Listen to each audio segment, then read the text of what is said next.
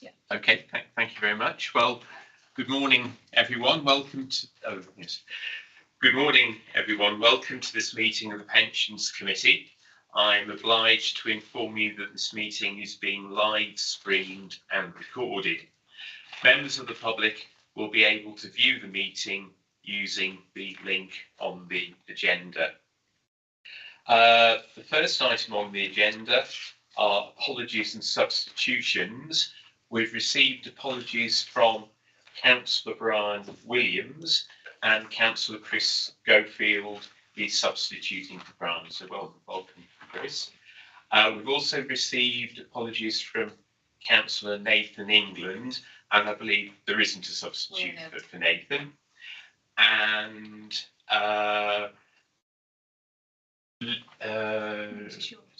Lindsay Short is an apology as well. Yeah.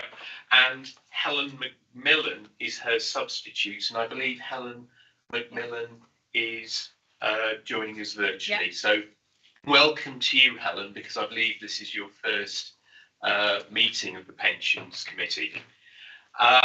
Moving on to item 2, disclosable interests. Any disclosable interests? No. Item 3, minutes of the previous meeting. You've all received the minutes of the previous meeting. Can I have a? I'll move that they're accepted. Simon seconded. Everybody in favour? Thank you very much. And item 4, public questions. We've received 6 public questions today, and I will invite up. We have 5 questioners here in person, and the 6th, I believe, isn't present. So, but the people present will be invited up to read their questions, and Justin will respond to those questions. For the final questioner, who isn't here, Pete Chadderton will read out that particular question. So, to start off, may I please invite Mr. Christopher Pike to come up and ask his question, please. Morning. Just put the microphone on, sorry. Left hand button. The left hand. Right. Or is it right? The right button. As soon as you get you're on. Question is, I understand it is now nearly 4 years since the fund has held an annual meeting. Will the committee reinstate this element of accountability and instruct the fund to organise an annual meeting this autumn or at the earliest possible date? Okay, thank you. And a response, please. Chair, the response is the fund's new approach to delivering the content to the AGM was discussed at the last Pensions Committee meeting on the 23rd of June 2023, a recording of which is available on the Council's website, so can be listened back to. Further details are also included in the Pensions Administration Report, which was agenda item 9 at the same meeting and is also available on the website. Scheme members can contact the pensions team throughout the year through a number of different communication channels to discuss any issues. Face-to-face meetings are also available. Okay. Well, thank you, Mr. Pike. And please may I invite up Mr. Mike Cripps to ask question 2.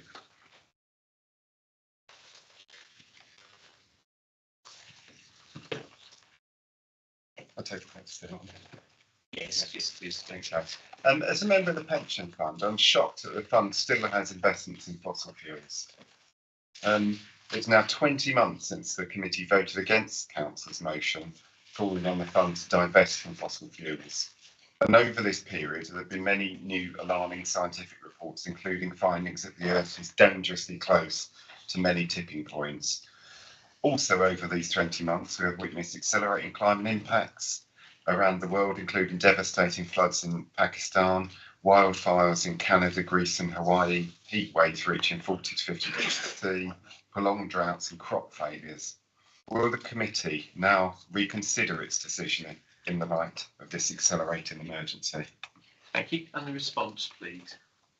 Thank you, Chair. Shropshire County Pension Fund recognises the need for an orderly decarbonisation of the real economy and the investment risks associated with the stranding of economic assets brought about by the transition to a lower carbon economy. However, we do not consider that excluding fossil fuels from our investable universe is the appropriate response to these risks. Responsible corporate ownership is essential during this time of transition, and we do not consider that our divestment from high-emitting industries will serve to accelerate this transition.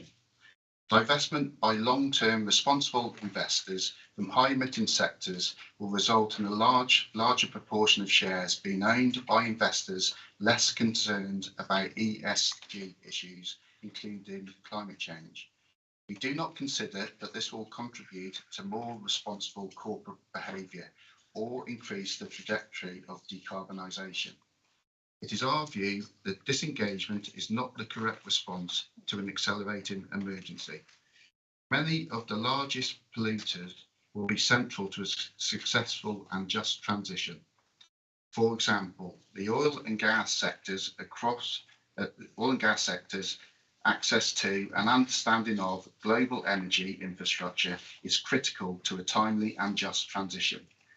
Current climate timescales do not allow the time to rebuild our energy infrastructure from the ground up. By collaborating with those companies who have meaningful commitments towards decarbonisation, we can help to encourage an orderly transition and the investment in innovation required. As responsible long-term investors, we engage in dialogue with corporations to encourage ambitious transition plans and the evolution of corporate strategy. Okay, thank you, Mr. Cripps. And may I invite up Ms. Jo Blackman for question 3, please.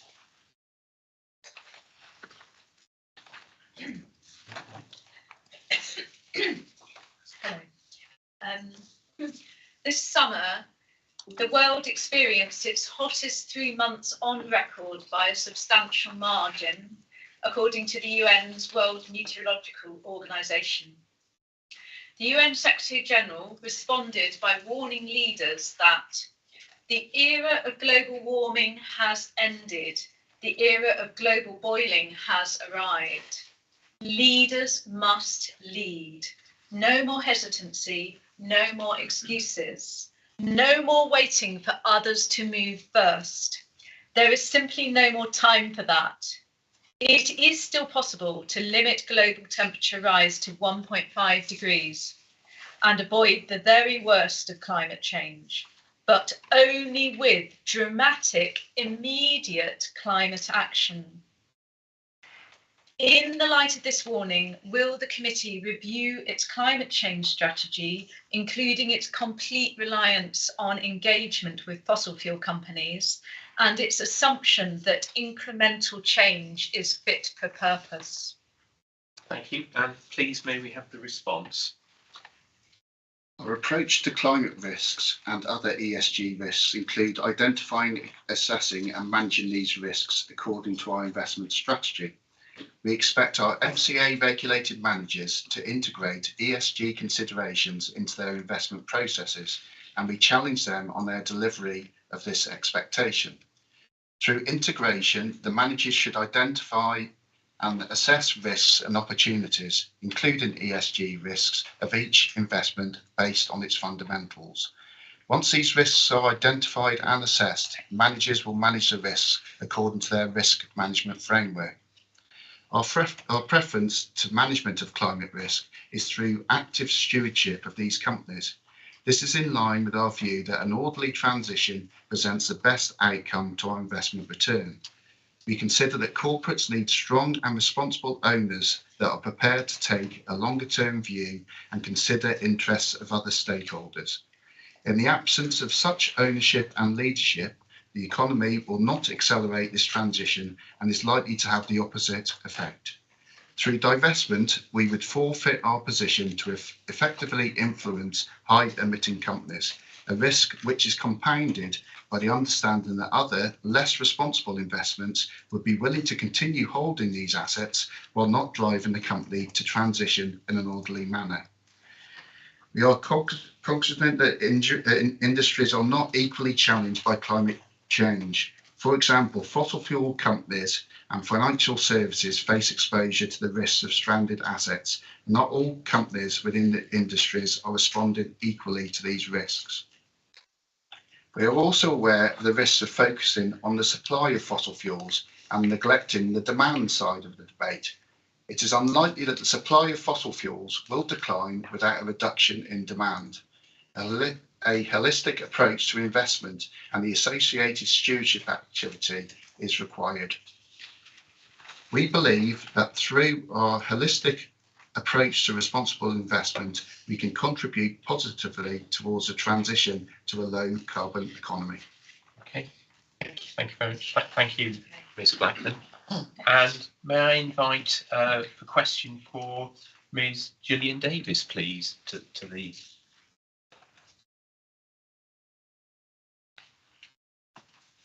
Good morning.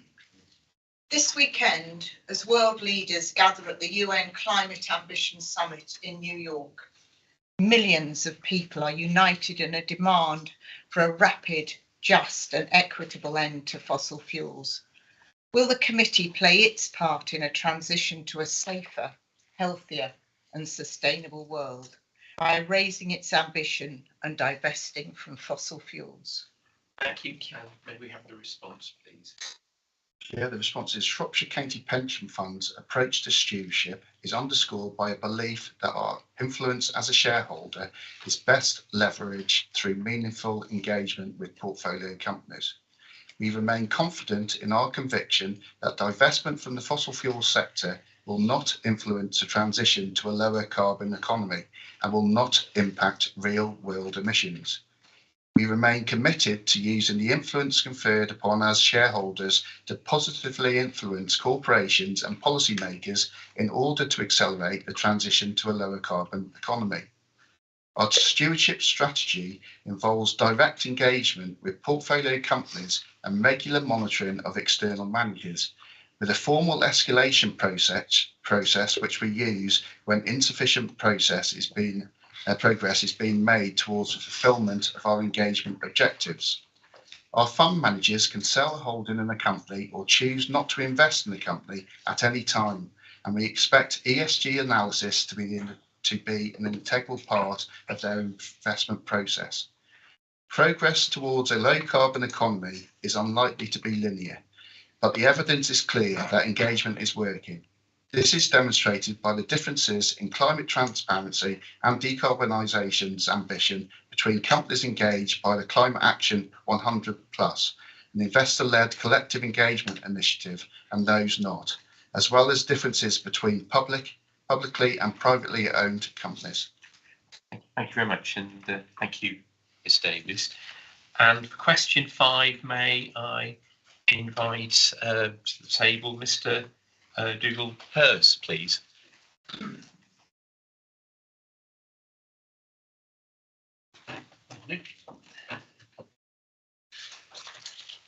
Carbon Tracker's new report, Loading the Dice Against Pension Funds, reveals that many pension funds, including Shropshire, use investment models that predict the global warming of 2 degrees C to 4.3 degrees C will have only a minimal impact on member portfolios.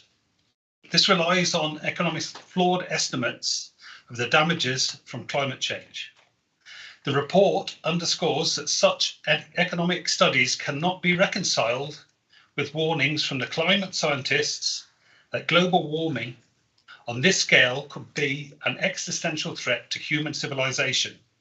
It is understood that a number of the financial reports, such as IP&E magazine, have contacted Shropshire Council for comment on these issues.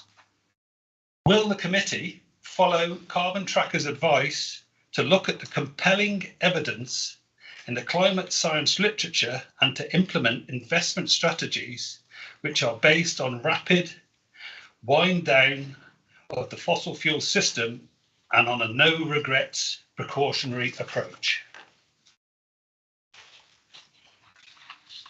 Thank you very much. And response, please. Yes. The response is the data quoted in the carbon tracker report is taken from the fund's 2020 TCFD report and reflects the predictions made in the Mercer climate change analysis at that time. The fund has issued 2 further TCFD reports since this time. The analysis in our pension fund's 3rd climate-related disclosures report, published in November last year, was based on an updated model that Mercer have developed in partnership with Alltech Finance and Cambridge Econometrics. We are aware that climate scenario analysis is a developing field which uses assumptions about inherently unpredictable matters over long time horizons. We view the outputs from the analysis and directional information on the sensitivity of the pension fund's portfolio to different climate scenarios to be considered in tandem with all other factors which potentially affect investment returns. The results show that a successful transition is much better than a failed transition in terms of the investment returns, and therefore our determination remains to engage with companies and policymakers in an effort to accelerate that transition is in line with our fiduciary responsibilities. Thank you very much, and thank you, Mr. Peirce. I would just point out that Mercer's 2022. Sorry, Mr. Peirce, sorry, you do not have a right to reply. So if I can please just ask you to. Well, I recommend you look at the report and understand it properly because it's risible. The 6th question is from Mr. Martin Odsocks, who I believe isn't present. So I will ask Pete Chadderton to please read out the question. Thank you, Chair. The question from Mr. Odsocks is, in mid-August, a judge presiding in the US first constitutional climate trial ruled in favour of a group of young plaintiffs who had accused the Montana state government of violating their right to a healthy environment. In the light of this and the increasing number of climate litigation cases worldwide, are the committee members concerned about any legal liability they may have for the climate impacts of the fund's investment decisions? Thank you, and the response, please. Climate litigation is a growing area of law with implications for corporations and investors alike. In a case from Montana cited in the question, the judge ruled that the Montana Environmental Policy Act, which prohibits climate considerations from environmental reviews, was violating the plaintiff's constitutional right to a healthy and stable environment. This ruling recognised the connection between the changing climate and citizens' right to a healthy environment. There is no financial redress in the claim, but a request about a declaration from the state that it had violated the claimant's constitutional rights. Most of the climate litigation cases are directed towards governments, as claimants are increasingly relying on constitutional and human rights law in their attempts to hold governments accountable for addressing climate change. It is paramount that we continue with our net zero commitment, which encompasses undertaking an analysis on the status of the portfolios, engaging and analysing the latest findings on climate change, challenging our managers and promptly reporting our actions towards a sustainable future. With regards to our portfolio companies and external managers, we expect them to develop and commit to ambitious climate transition plans, as well as implementing meaningful strategies towards their achievement. In this way, and by continuing to monitor and analyse the current state of affairs of climate litigation, we can continue to identify our exposure to potential liabilities that may arise. Thank you for that response, and that now concludes item 4, public questions. Chair, am I able to make a comment on No, that at all? you're not. No, this is I'd like the to public make 5 questions. seconds. Yeah, okay. The next items we'll take together, items 5, 6 and 7, because they are interrelated. We have the third line of assurance internal audit outturn report for Shropshire County Pension Fund 2022-23, and this will, and Mark Seddon will take us through. In addition, we've got the external audit, the audit findings for the Shropshire County Pension Fund 2022-23, which Eva Mitama and Grant Patterson will also take us through. And finally, we have the pension fund annual accounts for 2022 to 23, which James Walton will take us through. So they're all interrelated, and it makes a great deal of sense to take all three together. So may I ask Mark Seddon to start us off, please?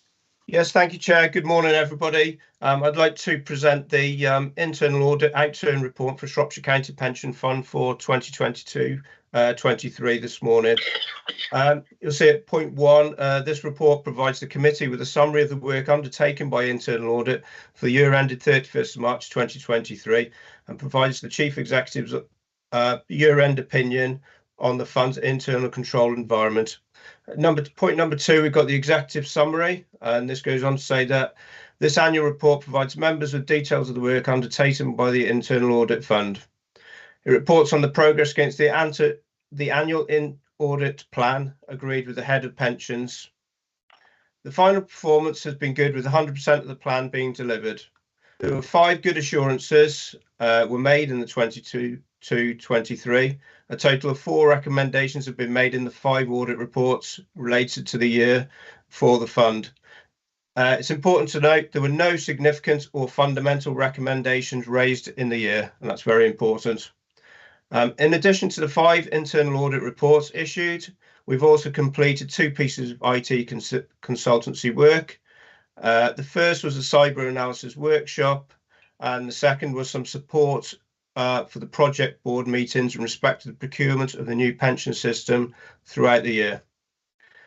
Based on the work undertaken and the pension fund management responses received, the pension fund's governance, risk management and internal control processes are sound and working effectively, and the Chief Audit Executive can deliver a substantial year-end opinion on the fund's internal control environment for 22-23, which is the highest assurance that we can give. The decisions for the committee are with appropriate and to endorse with appropriate comments, performance against the audit plan for the year end, and the Chief Audit Executive's substantial year-end opinion on the fund's internal control environment is based on work undertaken. The body of the report at number 4 is a risk assessment, financial implications, climate change appraisal, and the background. I'd like to just take you down to page 6 as the key area. At the bottom of page 6, we've got the audit opinion and recommendations made on the 22-23 audits. Did corporate governance, there were no recommendations. Risk management, no recommendations. Pension funds monitoring, there was just 1 requires attention recommendation. Investment managers, internal controls, there were no recommendations. Pensions administration, there were just 3 requires attention recommendations. At page 8, we've got the customer feedback surveys, and they were all over 80% on the 5 returned. And that is the annual internal audit report that I'd like to present to you today. If there's any questions, I'm happy to take those. Okay, Roger. Yep. Thank you, Chairman. I'm not sure what the corporate governance report covers, but I note that in a decision made by Shropshire Council about investment in fossil fuels, a decision was made. Has that been looked at in audit to see if the committee and the investments follow a decision made by full council? If not, will it?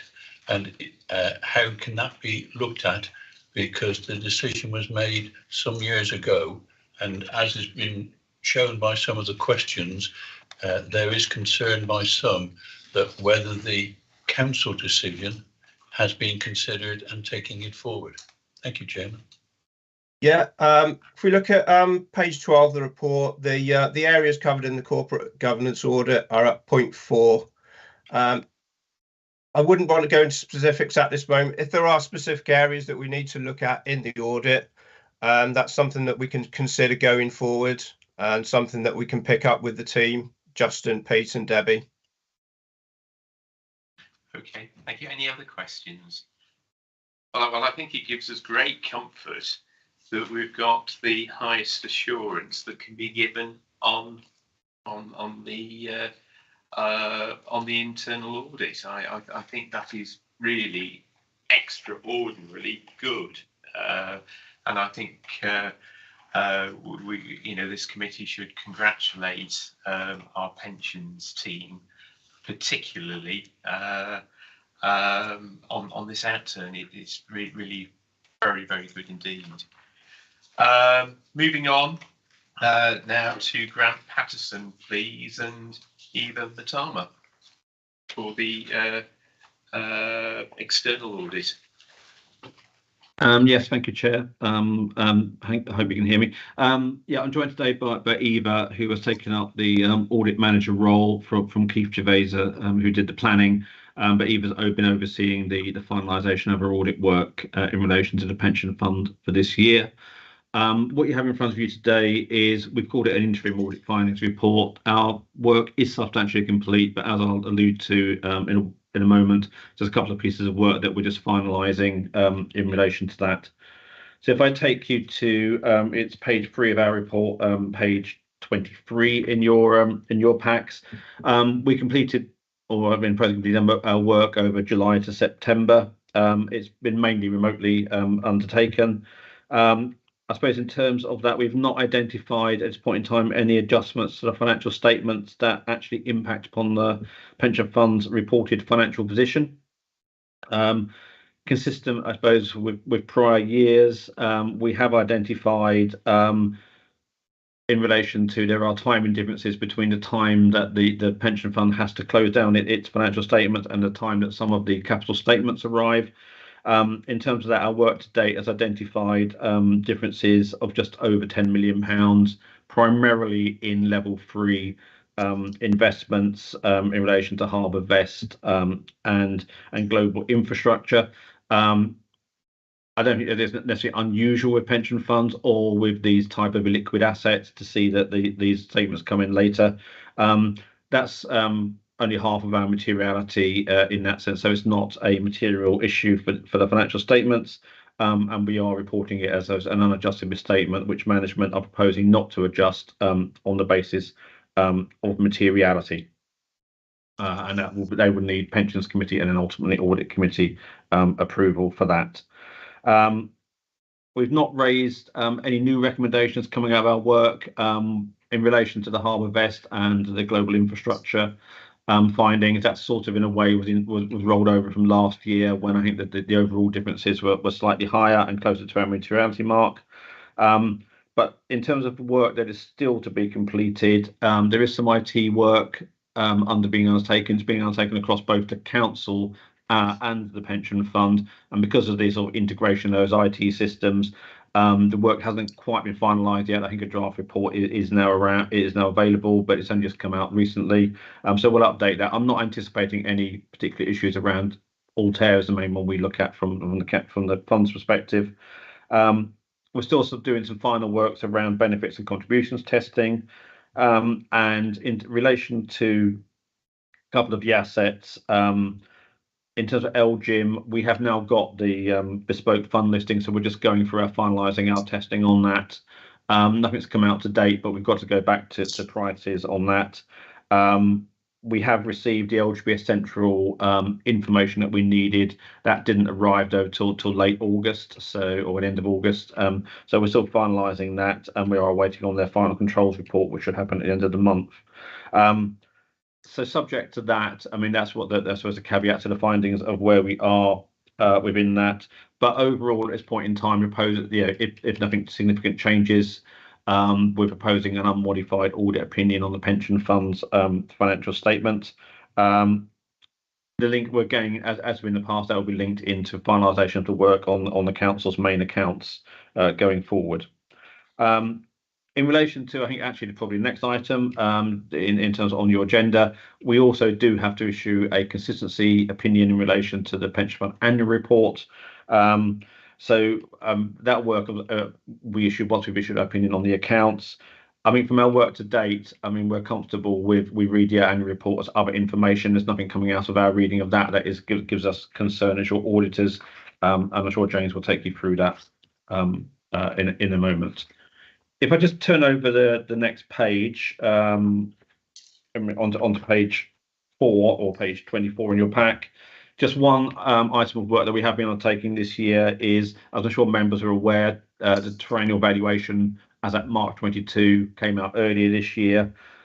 Because that underpins some of the valuation works within the pension fund accounts, the IS 26 valuations, etc., and the present value of retirement benefits, and also it does feed into the member bodies or employer auditors. We have been looking at the data that was submitted to the actuary.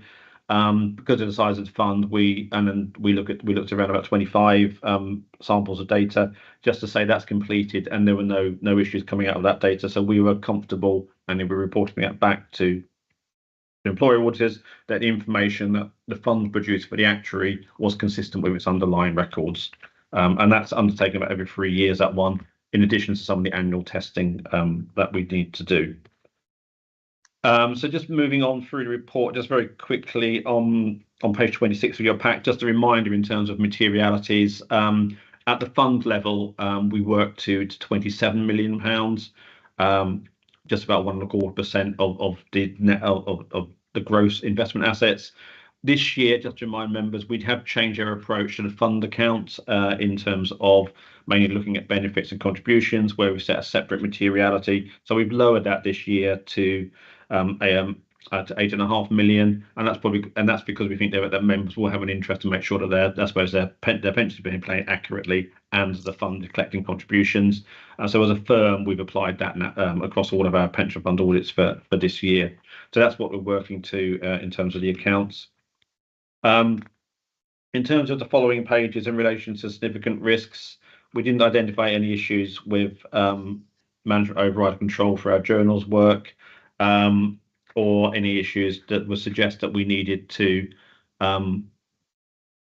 revisit our conclusions in relation to be able to rebut to the risks around revenue recognition and or fraud in revenue and expenditure recognition. On page 28, that really just covers the matter that we've said around the timing of the issues around level 3 investments. As I said, a majority of that 10 million that we identified is in the level 3s. There's a very small amount in relation to level 2 timings, and that's just subject to finalising our work on LGIM and the LGPS Central. In terms of other matters to bring to your attention, I think the other pages go into a bit more detail around the work we've done on level 3 and level 2 investments. We had no issues with level 1 investments, where we'll be able to get them more back to prices in the or published prices at the year end. On page 32, I'm probably just noting, and I think it's not just yourselves, in terms of timeliness of information, I think LGPS Central was we didn't get that to the end of August. We are having discussions with them about bringing that forward for next year in order to help us with audit deadlines, but we have now received that relevant information in relation to that. On page 33, we also look at going concern. Now, primarily from going concern, it's whether the pension funds continue rather than in that respect. There's no matters that the fund is going to be in wind-up position or being or closed down by government. But we also do look at the cash flow, and given the value of assets and your likely outgoings over the next 20 years, we have no issues around going concern for the fund. And as members have noted, as part of the 22 valuation, I think you're now at a sort of 99% funding level as well. In terms of, as I said, already mentioned in other information, we have checked that. We need to do our final checks back to, because whilst pension fund accounts or pension funds gets reported in the annual report that's on your agenda, the accounts within that also sit within the council's accounts. So we do need to do a final read through of the council's financial statements before we issue our opinion. But currently we have not have any issues with the other information. On the other pages, they confirm that we do remain independent of both the fund, and we have no sort of business relationships with you apart from the audit relationships, and really just have a bit of communication, so just being clear about what we are communicating through this report. As I say, in terms of recommendations, which are in Appendix C, we're happy that in terms of following up from the prior year, that you are reviewing the service audit reports or the controls reports. As I say, we've given a partial assessment to the timing of the asset valuations. I know this is something that to a certain extent is outside of the fund's direct control, because it's the timing of those capital statements. But I suppose if anything that your investment manager can do to improve the timeliness, then that will help you in terms of minimising any differences going forward. The final one we need to confirm will be around the IT findings, but we'll report back both to Pensions Committee and Audit Committee when that work is finalised. And Appendix D summarises currently the unadjusted misstatement of 10 million that I've mentioned earlier. And then on pages 24, it's the fees and non-audit service fees, and then the final page is around audit developments. So I was going to sort of stop there. I'm sure Eva will comment if I've missed out on something, but we're both here happy to take questions from members. Any questions, please? I've got a question. I believe the 21-22 accounts are still awaiting to be signed off. Because we gave you quite a hard time at the last committee meeting. I just wondered if we can have an update on that, please. Okay. In terms of where we are on 21-22, and actually I have an email drafted for James, which will be exactly saying this. In terms of the council, it is linked into the council audit. In terms of the council 21-22, we had to go back and revisit the triennial information because that affected the pension fund asset within the 21-22 accounts. That work was completed and the letters have been issued. So we're now into the final. It was the final part of the jigsaw for the 21-22 accounts. So we are going through that process in terms of finalising those accounts, and that should happen in the next week or two. So once that work is completed, then I can issue the opinion on both the council accounts and the pension fund accounts.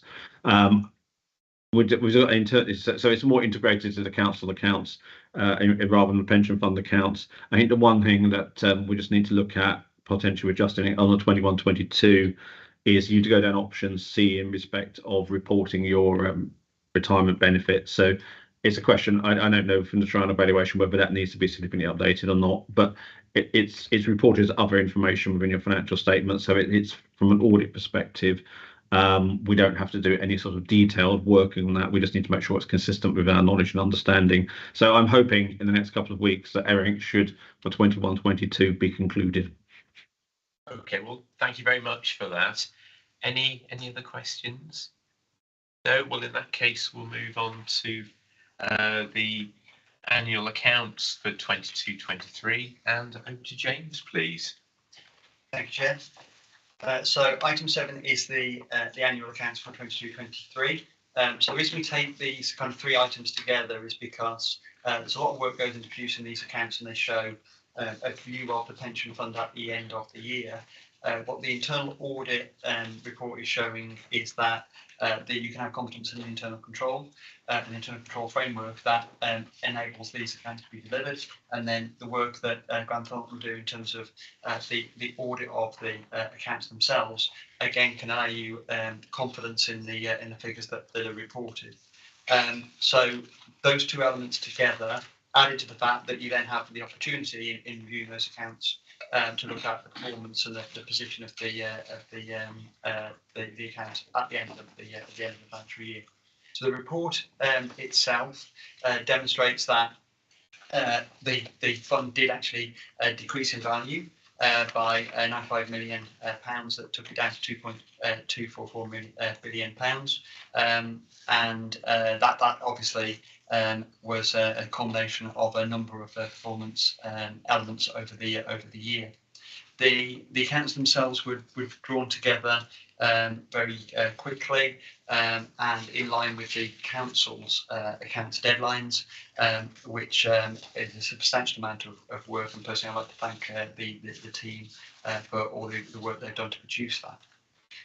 The details of the accounts themselves, some elements of that are drawn out in section 8, as was referred to by Grant. 8.2 refers to the fact that because the accounts are pulled together so quickly, a number of the valuations that make up those accounts are not available as at the 31st of March.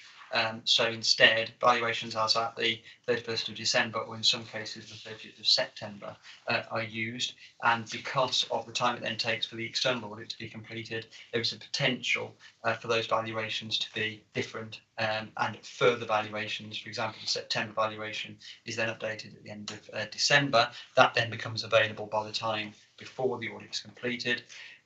As was explained, that difference is not considered material this year, and therefore the plan is that we would not change the accounts, because we don't believe that that is a substantial or material difference that we need to make.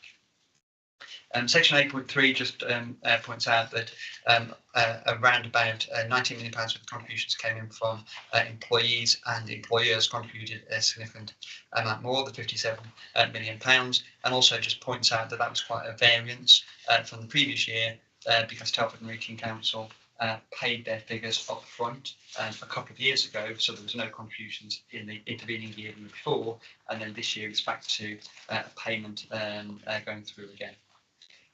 You'll see that membership has increased and now stands at over 52,000. And in terms of the transfers in and transfers out, substantial transfer out in terms of £8.1 million.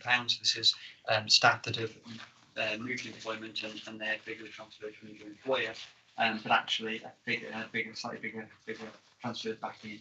That figure will vary every year and just depends on the makeup of the workforce and what happens at that particular point in time. Over £70 million worth of pensions were actually paid out in the year. That figure is continuing to rise, and the management expenses, the costs of administering the fund, was just under £19 million, which is an increase over the previous year, but then that does include things like pay awards, inflation, etc., as part of that. So the full accounts are detailed in the appendix that are attached to the report, and that contains all the detailed information, and itself has a series of appendices for further consideration. So I hope that report is considered comprehensive and readable, and does provide the members of the pension fund with a lot of information about the way in which their fund is being run over the year. So I'll conclude there, but happy to take any questions on that or any of the three papers that you've pulled, should they be needed. Great, Chris.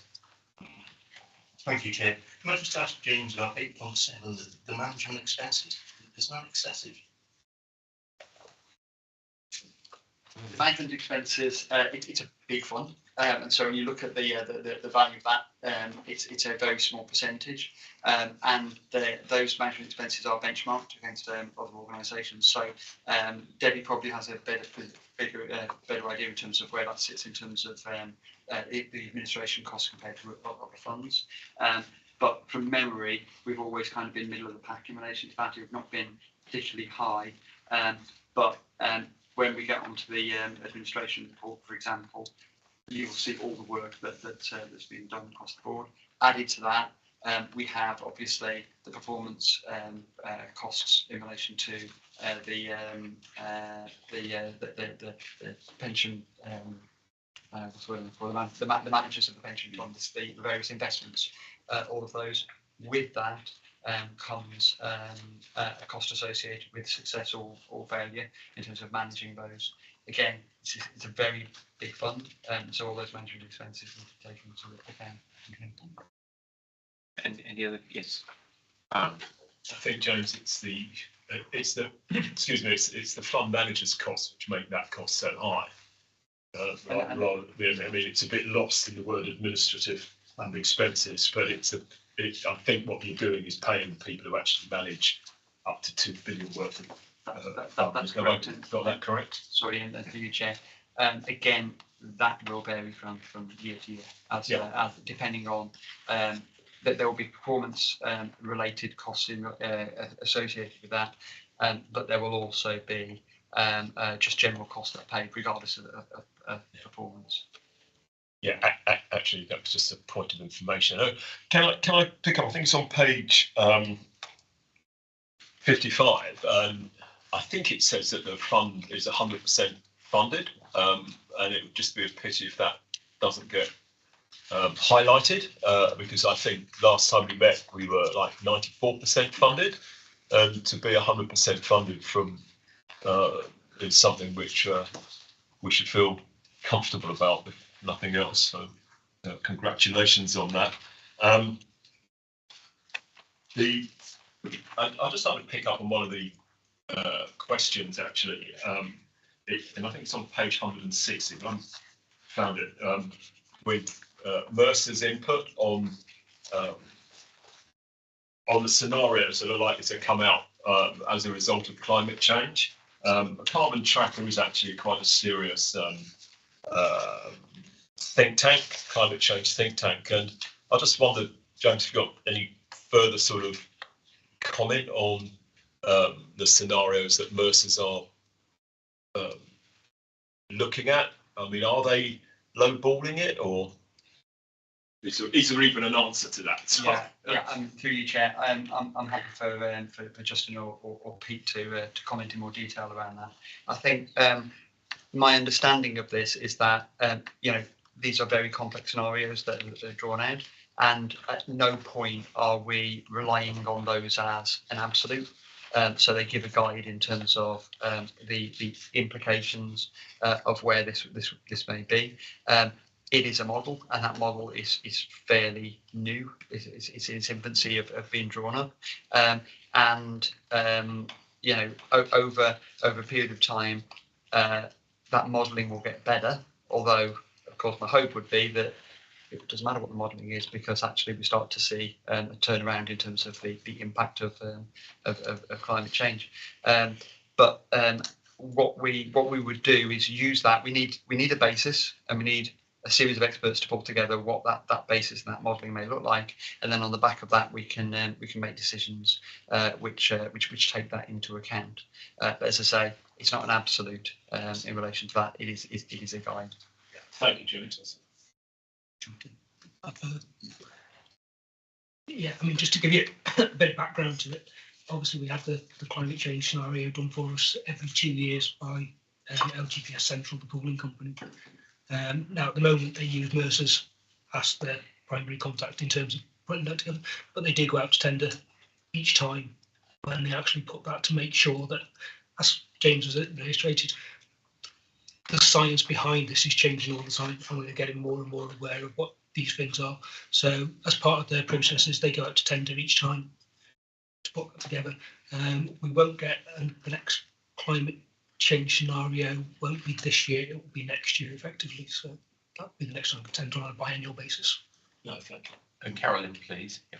Thanks. I mean, partly answered what I was going to ask, and I think obviously the question of this morning, I suppose, and some of them are in our pension funds, and let's not forget that obviously there's some concern about the credibility of Mercer. Mercer are a huge company there, I do recognise that, and I just wondered whether, as part of, I guess who are there other companies out there that do that? Are there other pension funds that use other advisors other than Mercer, or are Mercer pretty much kind of, covering lots of other pension funds? You said it's to tender. I'm just guessing what's the size of the pool that tender goes to, really? Not my area of expertise, but I imagine most of the major actuaries, say Hines, Robertsons, all of the major actuaries will effectively undertake climate change scenario. Yeah.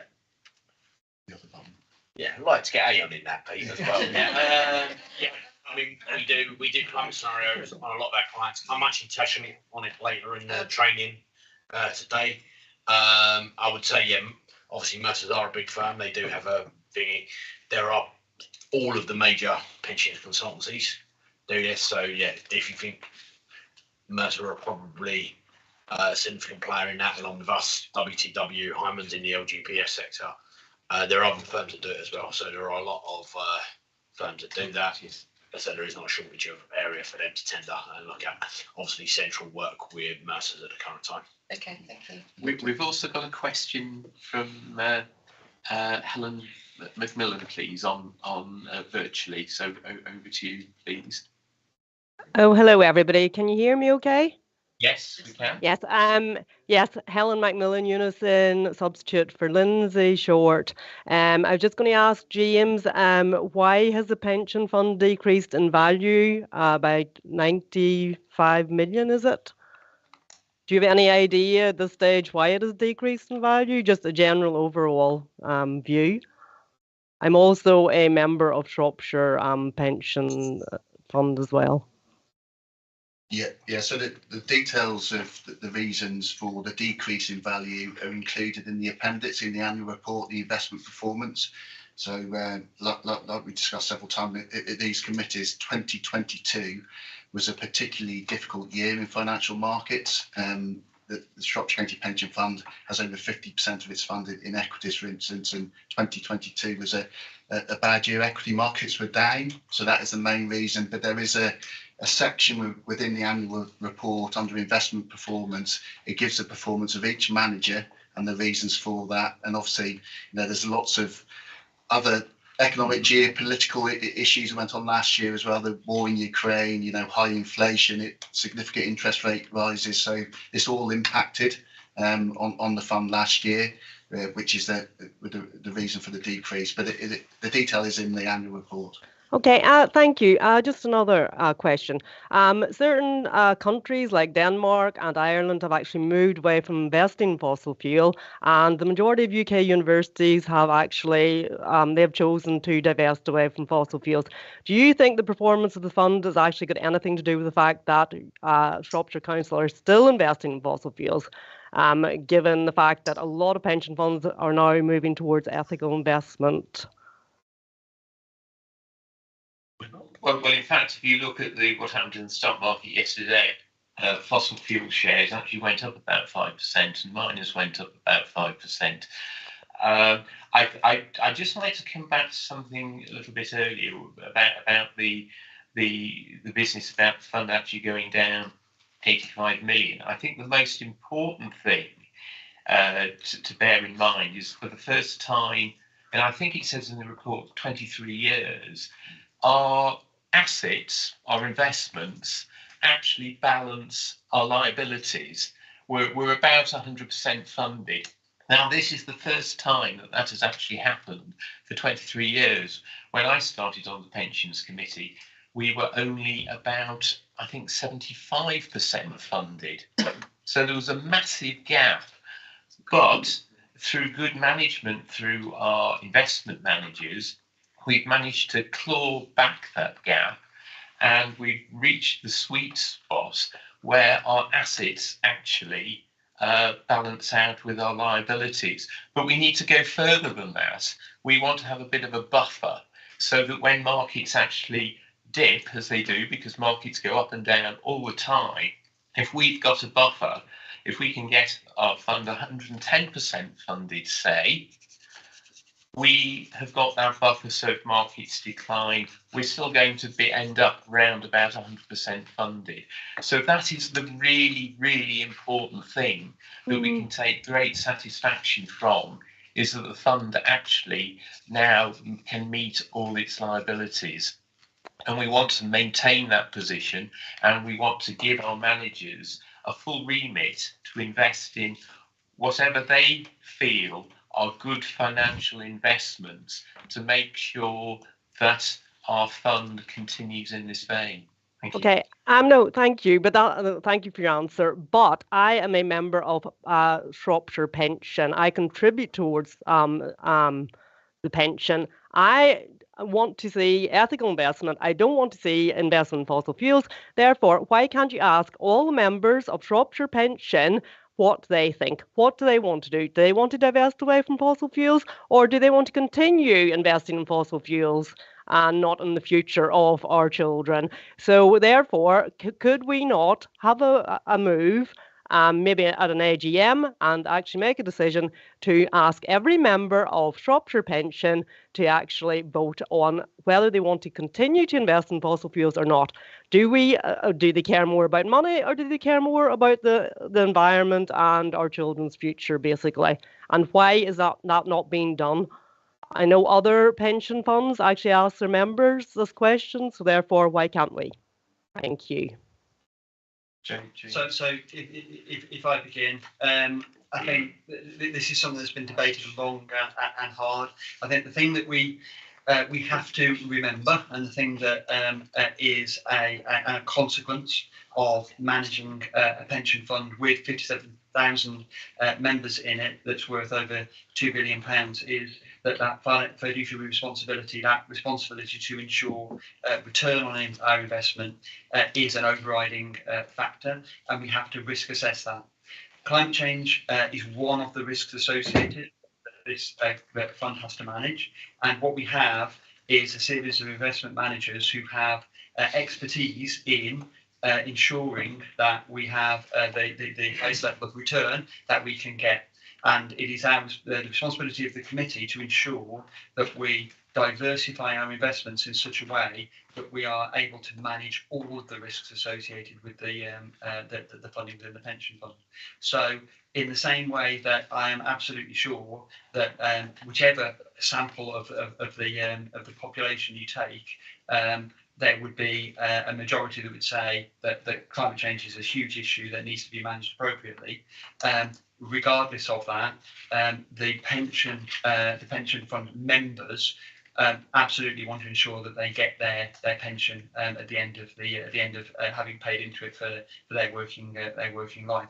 So the responsibility of this committee, as difficult as it is, the responsibility of this committee is to ensure that those funds are there to pay the pensions. As part of that, has been explained within the responses to the questions, simply divesting from fossil fuels or divesting from particular companies does not make those companies go away, does not mean that they will not be putting carbon up into the atmosphere. And just by Shropshire County Pension Fund not having its funding in there doesn't mean that suddenly the pension fund can turn its back and say, well, I'm okay, I'm not putting money into that, so therefore climate change isn't a problem anymore. The reality is, by holding shares in those companies and by trying to change and help to change the impact those companies are having and their journey towards a carbon-free economy, is something that the pension fund can actively do. And rather than stepping away from it, actually trying to make that difference at the same time as managing the financial position is a really important concept that the pension committee has to understand, get its head around, and ensure that they're fulfilling that requirement. Okay, thank you, James. Caroline. Thank you. Absolutely right that our role is about making sure that the pension fund can actually pay for the pensions and for the pensions that are coming in the future. And that's obviously at the forefront of our mind all the time. But I suppose just wanted to pick up on something you've just said, James, that, you know, in terms of divestment, if our divestment makes no difference, then I would also argue our engagement perhaps makes no difference either. So I don't think you can have it both ways. And I just think the point I wanted to sort of make earlier in response to the questions, a lot of the responses to the questions almost suggested that we'd ruled out divestment, and my understanding of our previous recommendations that we have approved is that we have not ruled that out. It still remains an option for us to move our funds around, which is what we do when we have our investment strategy meetings, in order to make sure we're investing in the right things. And of course, that's not just about the financial return, because we could perhaps get fantastic financial returns from investing in arms sales, but we don't. We do make some moral decisions, and I think increasingly climate risk and climate change is a moral decision. So I just think sometimes we need to be careful in terms of how we are presenting what we're trying to do, and presenting that as that we are going to stick with fossil fuels, because actually I'm not sure that's a decision that we've made as a committee. Thank you. Roger. Thank you, Chairman. It follows on from the previous discussions, and I read in part of the report on page 187, it says, the Pension Committee is responsible for approving the fund's policies and procedures, including the fund's climate change strategy. The members here approve it, and the officers implement it. Officers do not make policy. The members do. And I will be moving an amendment when we go to item 9, that we are here on behalf of the members of the pension fund, and that's a pensions administration monitoring report. And I would and I note what was in the minutes, and I note the questions that were asked, and I note the question that was just asked, I will be proposing, I give advance notice, that this committee asks officers to organise an in-person meeting. It's in the minutes, but it's never, and we've asked for it, but it seems not to actually go down the avenue that I feel that I want to go, and I want to test the opinion, but I will be asking for an in-person meeting so that we can ask those members who wish to come along to a meeting what they wish done with their money. Is it the 52,000 or however the majority who do it? We live in a democracy, and they should be given the chance of voicing their views, and this committee here take it on view. I see we've chosen Mercer for it, and that was already there. I'm not sure what other companies actually provide it, and I can't remember ever being asked to choose. Maybe we have, but I can't remember being asked to choose which company provides the carbon tracking. But obviously they won't all be of the same opinion, and it would be interesting to get some idea of what other similar type of companies to Mercer think about carbon tracking and the way that investment is carried out. There are a number of pension funds in the UK who have taken the view to withdraw from fossil fuel investments. And those pension funds, I have not heard of being criticised, of not reaching the position that safeguards the pensions for their members. So I'm just giving notice that that is in the papers for today, and just saying in item 9, I would wish to have that as proposed, if there is a secondary, etc., as part of the recommendations from it. Okay. Any other questions? Well, I think in that case, I'd just like to really sum up. And I would like to actually thank our pensions team for producing what I think is a remarkably detailed and comprehensive document. It actually covers and provides all the information anybody could possibly want. And in fact, it also illustrates the enormous amount of work the team is doing under Debbie and Pete's stewardship. It actually only hints at what they're doing. We have the benefit of more detailed reports later on in the meeting, and we can actually see the immense amount of extra work that has been created through pensions dashboards, particularly the McLeod decision, which is well over and above what you would normally expect a pensions management team to be doing. So thank you all very much indeed. Your work is truly very much appreciated. I'd like to second that, Tom. Thank you. Now we have a number of recommendations which I'll bring you back to. We don't have a recommendation for Grant Thornton's side, but we do have a recommendation on paper 5. Decision, in fact, the committee are asked to consider and endorse with appropriate comment A, performance against the audit plan for the year ending the 31st of March 2023, and B, the Chief Audit Executive's substantial end of year opinion on the fund's internal control environment for 22-23 is based on the work undertaken and pension fund management responses received. So can I have a proposer and a seconder? Simon, Chris, second, all in favour? Thank you very much. And then we move on to the pension fund account, which was James's report, and we have 2 recommendations here. 3.1, the committee is asked to approve the pension fund annual report 22-23 and delegate authority to officers to make any minor changes required.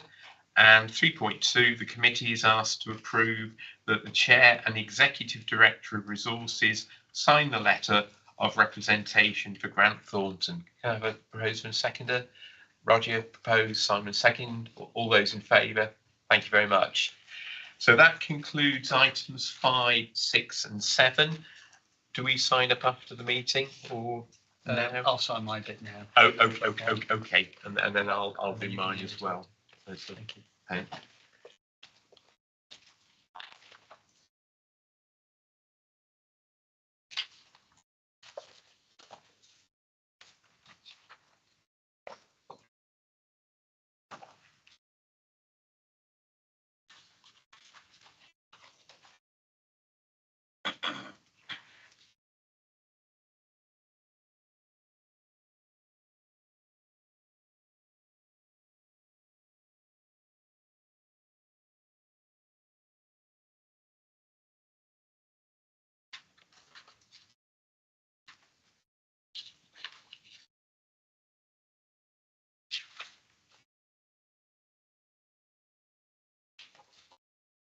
Okay, I'll do mine in a minute, I guess. Yep.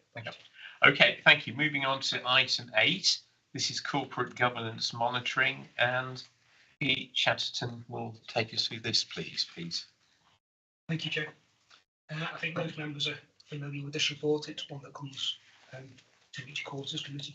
So effectively what we've got here is we've got the reports from our equity investment managers. So we've got manager voting reports from LGPS Central together with their quarterly stewardship report. A voting report from Belgium. A voting report from Columbia Threadneedle, who actually work specifically for Shropshire County Pension Fund, so then looking purely at our investments. And the engagement report from LAPFF, which again is a consultancy basis. It doesn't look just purely at the pension funds investments, it looks at all local authority pension fund investments. If I take you down to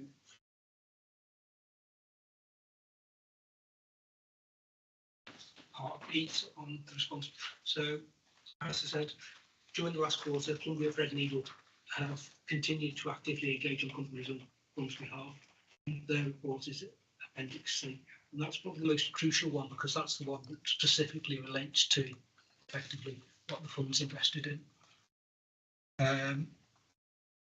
As with the earlier reports, appendices A, B, and D are all basically done on a consolidated basis. So with LGPS Central, we have a number of portfolios with them. What they do is their voting reports offer the entirety of their portfolios. So obviously, we've got a global equity portfolio and we have sustainable equity with them. They will only be part of effectively their whole portfolio. So what I've tried to pull out at 8.3 is just some of the companies for your benefit that actually sit within the Shropshire portfolio that are in those reports. So ones that are in the Shropshire portfolio include things like Rio Tinto, Barclays, Shell, BHP, Anglo American, just so that you know exactly which ones within those reports are actually sitting within our own equity portfolio. That's all I really want to say about the actual engagement activity at this point. The next point at point 9 is about the stewardship code. And I'm really delighted to announce that we are now recognised as a signatory to the UK Stewardship Code. We have always taken our stewardship responsibilities extremely seriously, and to actually get this recognition now from the FRC is a really important milestone. What the FRC say is that stewardship creates long-term value for both clients, beneficiaries, leading to sustainable benefit for the economy, environment and all society. And the fact that we've actually got that tick in the background, on top of the fact that you've had a clean audit report from external audit and a clean audit report from internal audit, just shows the fact that I think the fund has got some seriously strong governance processes actually in place. I think one of the things I'd like to point out is we're only one of less than 20 LGPS schemes that have actually got this mark. So when you consider the number of schemes that are out there, the fact that we're one of less than 20 in England and Wales that have managed to get this and get this far is a real testament to the work that not only we're doing in-house, but the work we're doing with our managers to try and ensure that they have got appropriate ESG policies in place. Obviously, we can't rest on our laurels. We submitted back in May for this year. We received the results in August. This is an annual process, so we will have to submit again back in May 24. So by the 31st of May 24, we'll have to submit an updated one. And as part of the process, there's a whole string of things that we need to improve upon from what we've done this time. So there's more things that we can learn upon as part of the feedback that we get from this particular exercise. They point out things where we can go further, where we can get more results from, where we can actually provide better examples, and things we can take up again with our investment managers. So that's something I'll be working on over the next sort of 6 months to make sure that we're not resting on our laurels and we are actually moving the fund forward, and we continue to take the appropriate actions we need to drive ESG forward. At point 10, that's just a slight update on TCFD consultation. We've still not had a formal response to this consultation. It's been reported out the last couple of committees. Obviously, as soon as we get anything on that one, and I guess at this stage I can mention also that we have in the exempt part, we've got the latest deep consultation on moving investment forward. The reason why that's in the exempt part is because that particular amendment hasn't been submitted. It needs to be submitted by the 2nd of October. And it's in draft at this stage. Point 11 is just confirmation that obviously you've been asking for climate change training for a while, and that will be taking place this afternoon on the agenda items that were agreed with the members. And then finally, at point 12, I know you've been asked to the deforestation policy of our particular managers. So close Appendix A, a copy of the Elgin deforestation policy. LGPS Central include biodiversity under climate change in their voting principles. So they don't have a specific deforestation policy at this time. It's within their broader engagement themes. They did point out that they are a member of the Investment Coalition Investment Policy Dialogue on Deforestation, which was established in 2020, and members of the Finance Sector Deforestation Action Group. And again, if you want examples of their deforestation action, that's actually in Appendix A2, which is their stewardship. Happy to take any questions on it.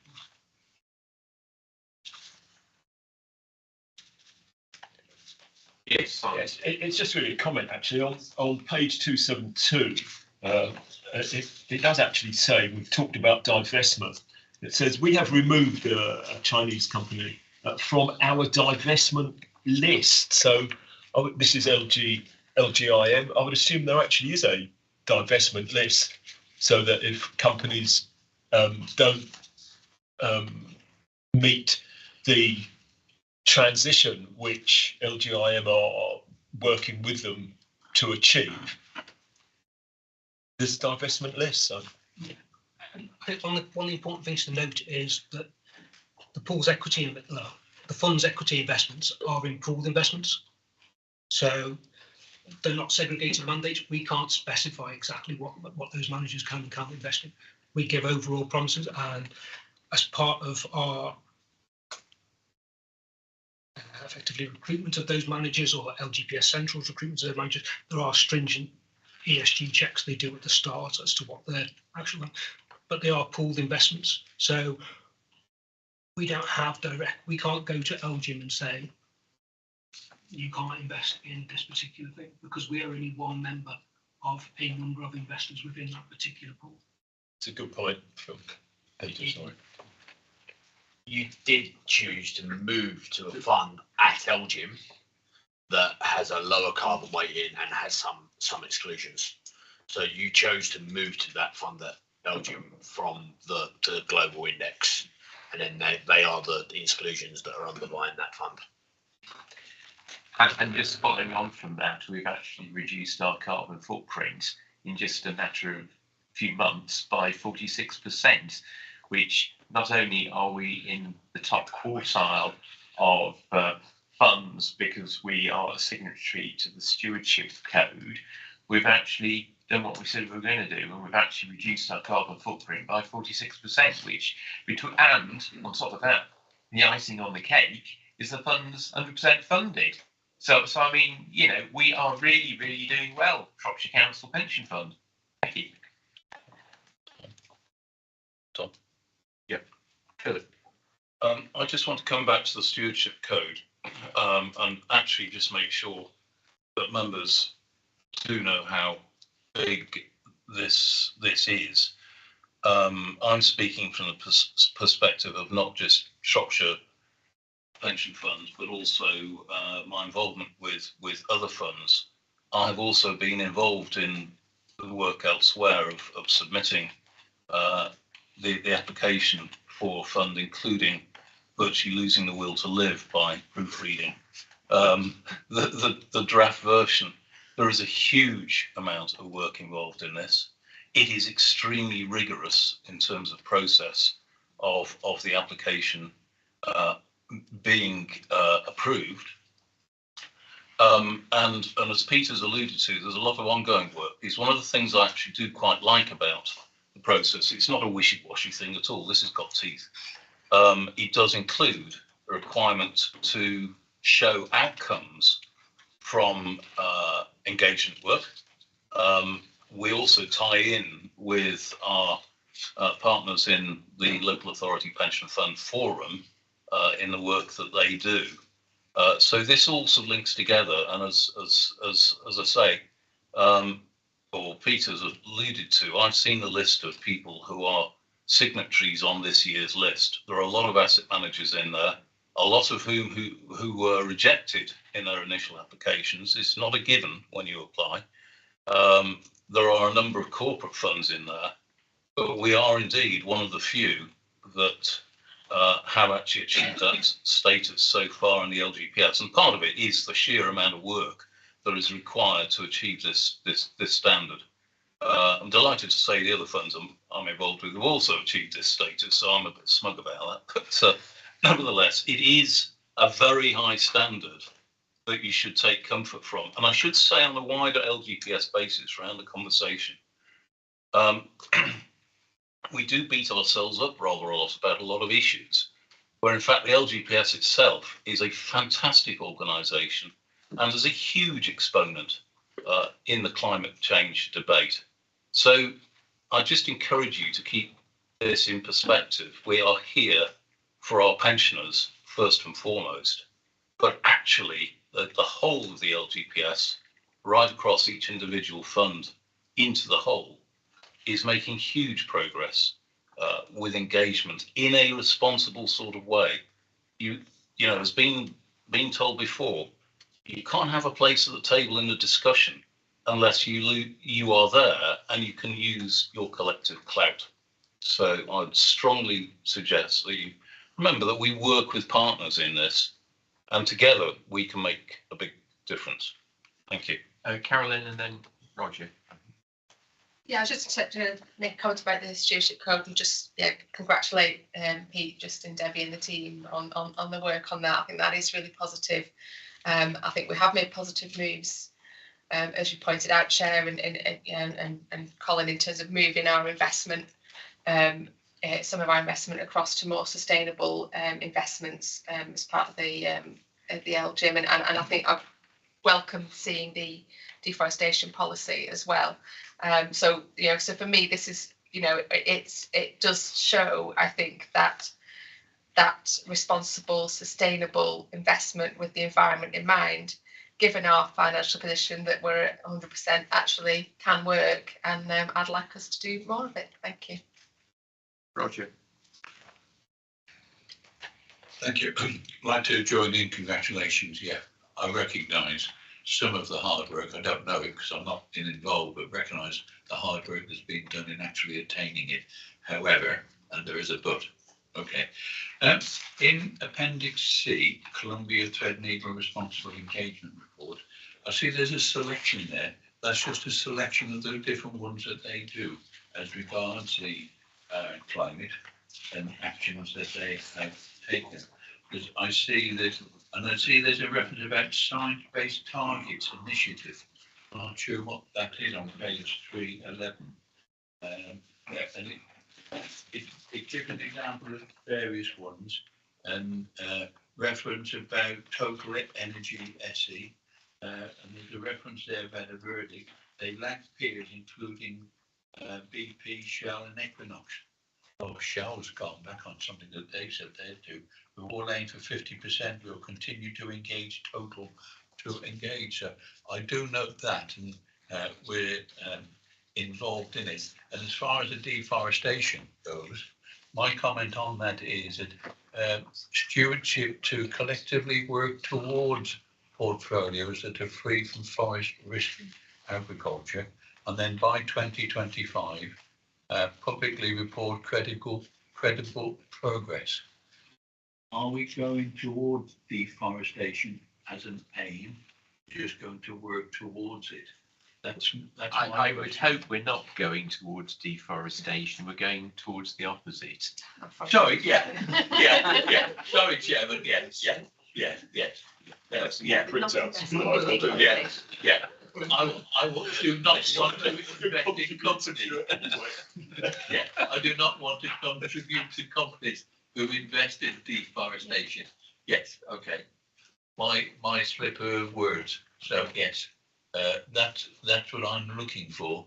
And have we any update on what this proposes by 2025 or further? So in terms of deforestation, again, this is part of almost that pre-process in terms of the managers we select. So we are looking, like I say, with LGIM, they have got a deforestation policy in place. With our GPS Central, whilst they haven't got a specific policy, they're aware of it. They built it into their broader engagement things, and they are members of various groups around them. So we're reliant upon those managers then to come back to us and let us know what's happening in terms of their engagement on our particular things. We don't, as a fund itself, we can, again, through Columbia Threadneedle, we can ask them to come back and tell us exactly what they engaged on deforestation. And at the moment, we're almost into AGM season, so if you would like, then we can invite Columbia Threadneedle to the next committee meeting, and they can present effectively their outcomes that have come from that AGM season in terms of what they've engaged with companies on not only climate change but on things like deforestation. What I'd probably suggest is, if the committee wanted to go down that route, that in order to keep it to a reasonable time frame, that you perhaps looked at companies that are on our stewardship plan. So obviously within the stewardship plan, we identified 10 different companies that effectively have the highest impact in terms of climate change. So you may want to look at perhaps selecting some of those to actually choose, and actually ask Columbia Threadneedle to actually respond to you upon what their engagement with those particular companies has had. So you, Chairman, yeah, support that. I would hope that others would as well, but I think that would be good. But we can invite them along, if possible. Yeah.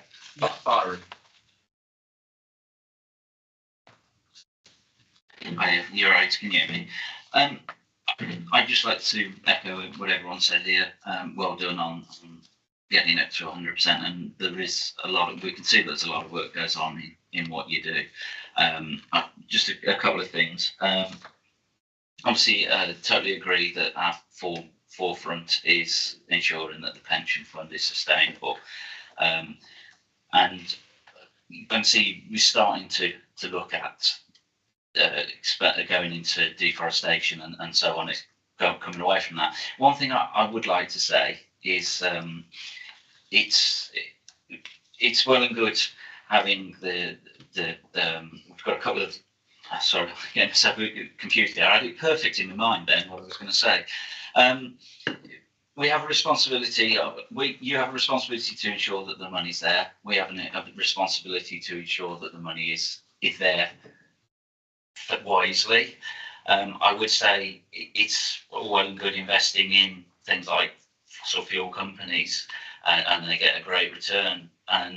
But if we're not looking at other investments that are renewable, it's all well and good having a great pension fund, and we can give the pension fund to our pensioners. But if they're having to spend it on heating their homes, it seems a little bit flawed, if that makes sense. So I think what I would say to you is also look at more renewables as well, because we all know cost of living's going horrendous. It's not going to go down. Your gas electric isn't going to go down. That's just my thought. Well, hopefully we are going to do exactly that, because we've increased our allocation to infrastructure, and that's where renewables will come in. So I hope that gives you some comfort, Byron. It does, thank you, yeah. Simon, I was going to pick up on something Roger was saying about the science-based targets initiative. That should come out in the training that we're about to do, because it is actually a trickle down from the IEA. So hold that thought, Roger. Okay.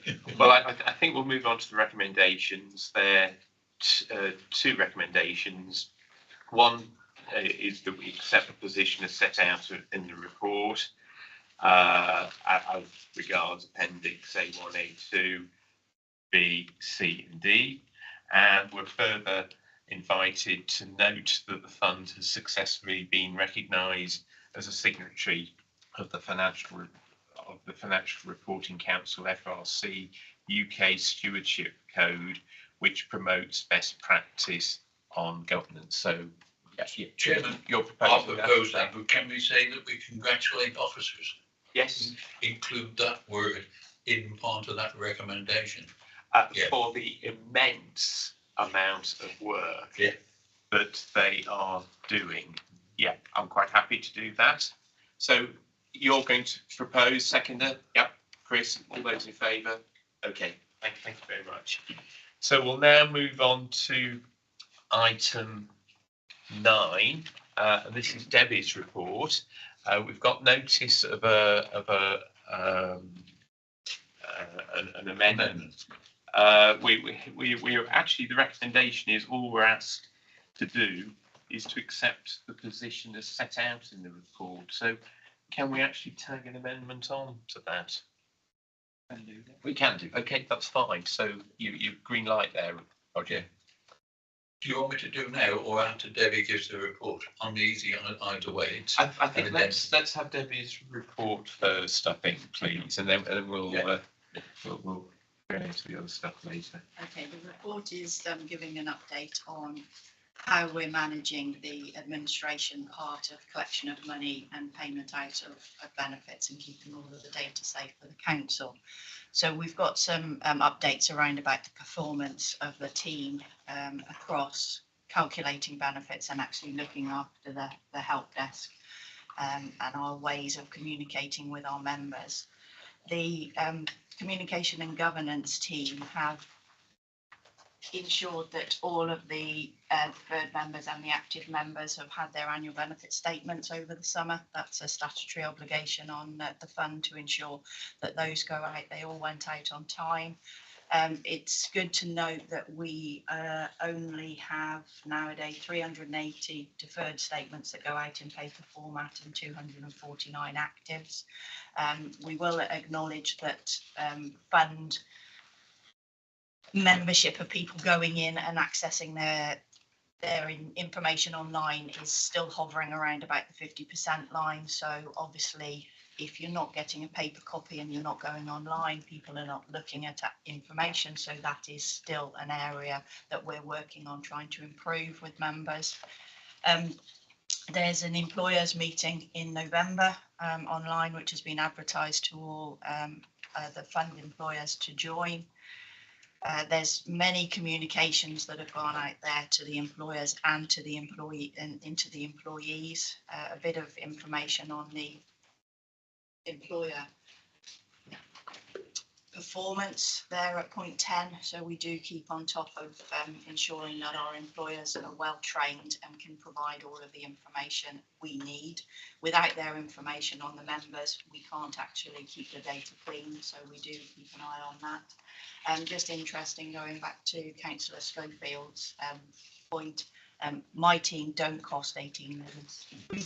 We did clarify that point, but James did mention that we do have statistics, and back in June, the last pensions committee meeting, the average cost of Shropshire and this is the net cost, so it is taking into account our teams and taking away all of the investment costs out of it, then our costs are actually £19.29 per member, and the average cost of the people in the benchmarking group was coming out at £21.41. So, but it also, if you wanted to go back to those papers and had a look, we just sort of broke down some that are the cost of processing our benefits is actually way below average of £6.23, whereas the average was £11.58. But our communication budget, we spend £2.59 per member, whereas the average was only £1.79. So we have tried to work, and members that have been on committee for a long time, we try and ensure we're using technology in a way that can keep our costs down, but we do still find it very, very important that we ensure our membership and our employers are communicated well with. So I think that was just interesting to bring that back in there. So big ticket item for our team at the moment going forward and for our membership and employers is McLeod. We literally have had within the last week the legislation laid, which has determined exactly what their government has decided is happening in the local government. So we've now got to get to grips with exactly what they went ahead with, ensure we work with our systems provider to update everything and just crack on and do that. It's not a quick fix. We have to ensure that we can calculate correctly going forward. This is the age equality issue that was raised, and we have to recalculate the benefits for everybody for their service between 2014 and 22. So not many people will be affected with having an increased underpin payment, but everybody will need to be checked. So this is going to be ongoing for a couple of years yet. And then a couple of vacancies on the pensions board. So we've got advertising and we're trying to get new board members as well. And the other reports on there are really just bringing up to your attention of what's going on in legislation, what's going on with the Scheme Advisory Board. And I'm quite happy to take any questions. Okay, any questions, please? I'd just like to say, although we will be looking at this later on, but this is actually Debbie's last meeting with us. She has been promoted to a very prestigious job in the pensions board in local government in South Yorkshire, but I'll be saying quite a bit more about this later. But I just thought I'd mention this at this particular stage, and I would just like to emphasise too. You probably picked up from the annual report that there are actually 30 members of staff in the pensions team. The fund is just under £2.3 billion, and just getting the annual statements out to members, 52,000+ annual statements. It's an enormous amount of work. The McLeod business is an enormous amount of work that's ongoing, and I just want everybody to have that in their minds when we consider probably the next item of business. So are there any other questions? Oh, now the first thing I will say to you, Roger, is that the business about holding an annual meeting, we've actually discussed this at the last 3 pensions committee meetings, and I just really want to ask you, do you really want to go ahead with your proposition? I personally would suggest that it has been aired enough, but it's entirely up to you. It's your decision. If you want to put it, I do congratulate the staff, and I sympathise with the amount of work that is coming across the desk and everything like this, but I think it is important. It is 4 years since, according to what the information I have, since an annual in-person meeting was held. I'm not going to stipulate any date. The words I have and I'm open to alteration, is it? Members note it is 4 years since it last held an annual in-person or hybrid meeting for members. We now request that one is held. No date, because I recognise when it would normally be held, and there are other work that must be done. But I think it's important that we do hold an in-person meeting at some time. Why? Because all the information that any member or employer could possibly require is readily available to them, and if it isn't, all they need to do is contact the team on an individual basis. The answer that, and I'm not sure whether to be seconded or not, but the answer that's come back is that there's been no request to hold one. Well, we've had one question. We've had one of the persons who was representing some members here today. I'm asking for one, so there are some asking for it, and that was the reason one has never been held, because it's never been asked for. Well, that's I'm asking for three people asking out of over 52,000 members, over 200 employers. I'm sorry, Chairman. What it says in the minutes is, it says that, and I asked the question, and it's in the minutes, have they been asked if they would want one? I don't mind rephrasing, but I'm moving the motion. Please put your motion. Yeah. Yes, and have we got that? Can I just come in on this? Yeah. What you do as a fund is entirely up to what you want to do as a fund. Let me make that abundantly clear. But what I would say is that many funds have now moved away from having AGMs, actually for the reasons that Tom has just outlined, is that most LGPS funds are way better at communicating with their membership now. And it means that the line of communication between member and fund is that much clearer. Sorry, I'm scoffing a throat thing rather than cough at you. But, so that's why a lot of funds have moved away from it, because actually the need for the AGM doesn't exist anymore. And I'll be quite blunt as well. Originally, we used to have face-to-face AGMs. We moved to online AGMs, in my experience elsewhere. Some of those face-to-face AGMs had actually ended up being an airing place for people's personal views and thoughts, rather than being focused on the well-being of the pension fund. Moving online for an AGM brings a much more disciplined structure into that sort of process. But guess what?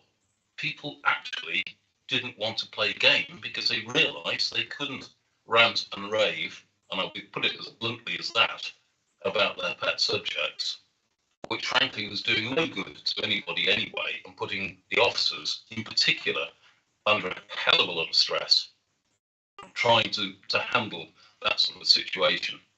So all I would say is that if you go forward with having another AGM, which I don't think you need to, is the truth of it because of everything we've said, is that you do an online variant. It actually would give the opportunity for more people probably to, if they wish, participate because of travel, etc.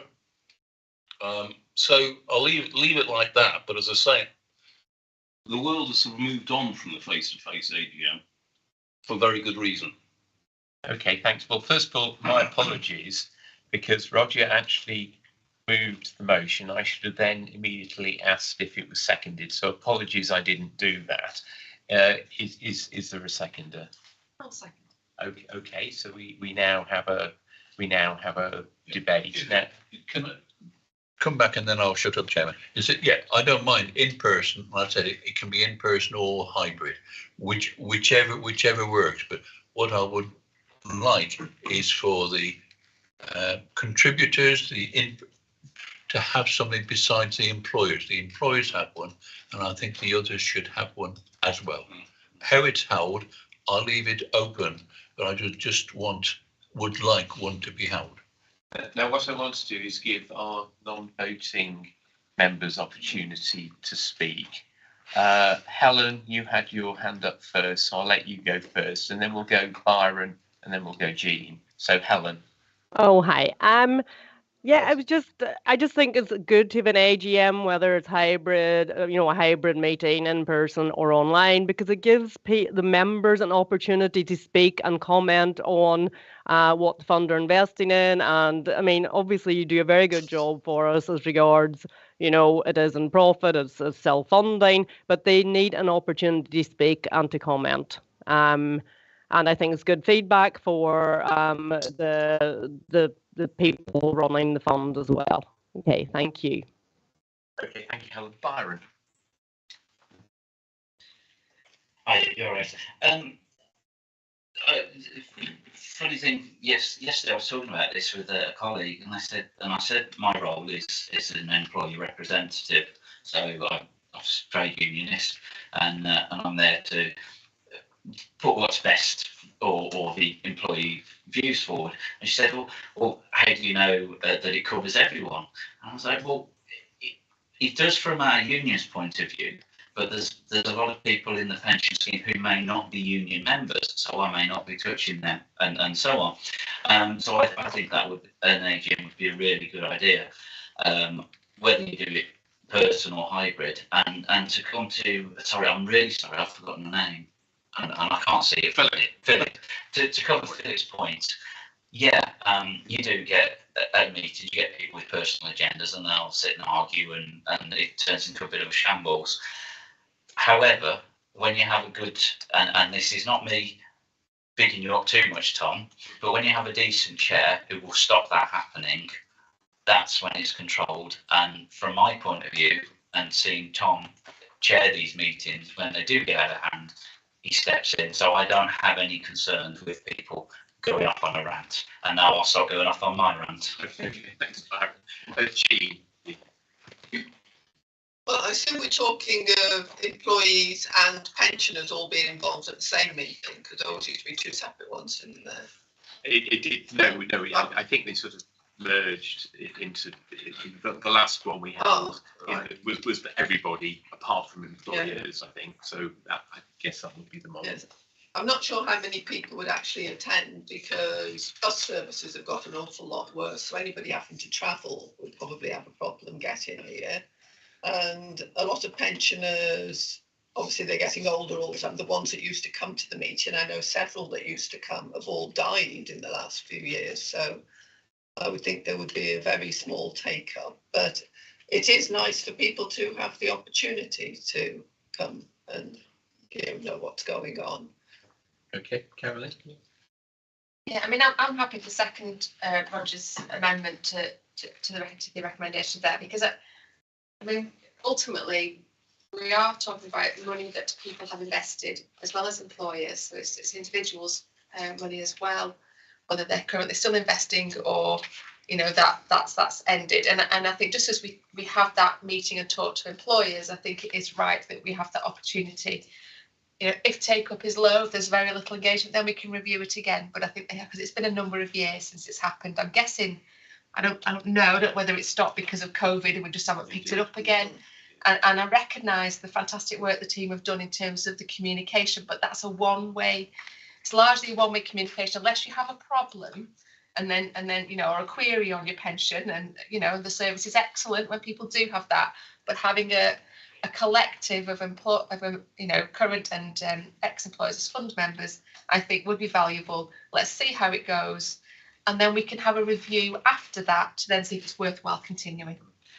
I think the reality was, and Debbie might be able to help me out on this, that there were several venues a few years ago, and the numbers declined so markedly that there was actually one.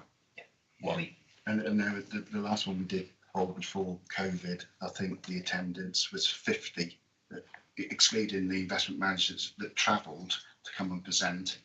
Officers, pensions team, I think that the turnout was like 50.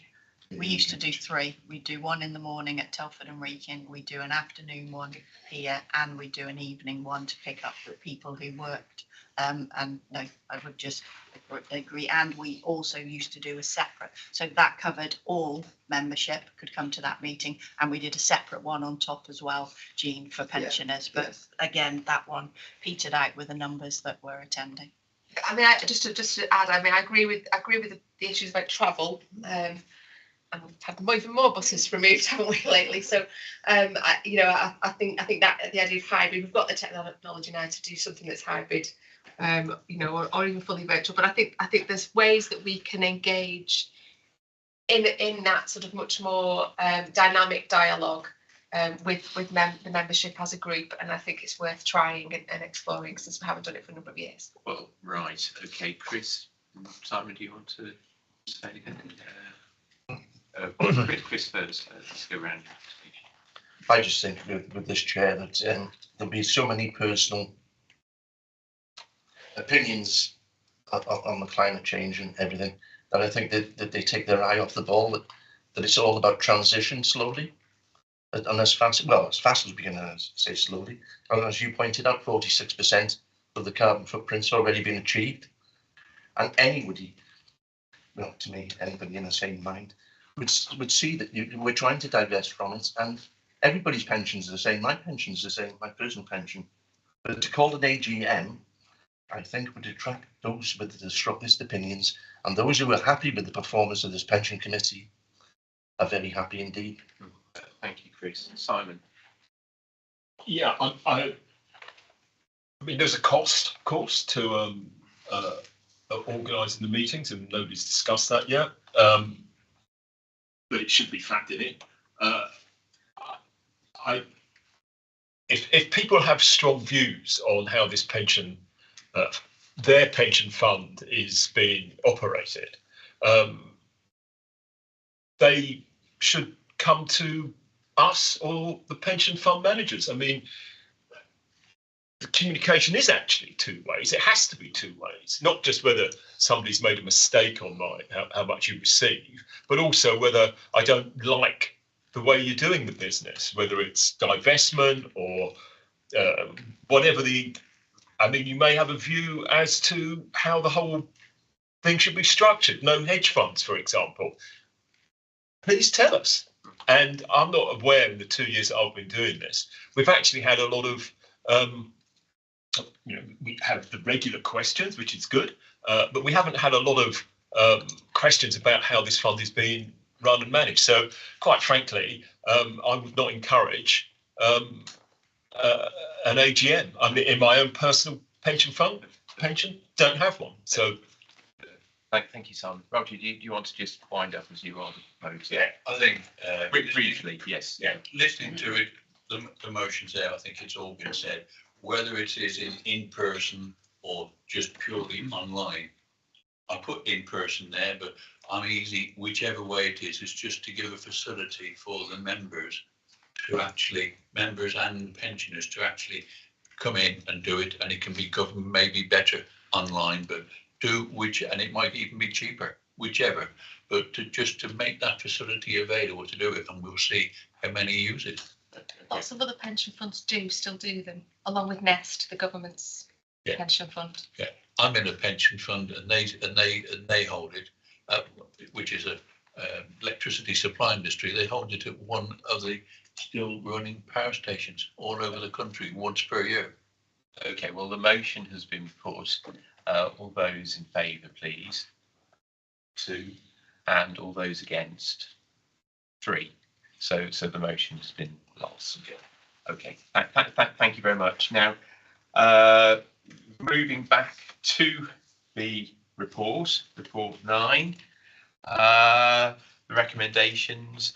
Members are asked to accept the position as set out in the report. Can I have a proposer, please? Yep, Simon, Chris, all those in favour?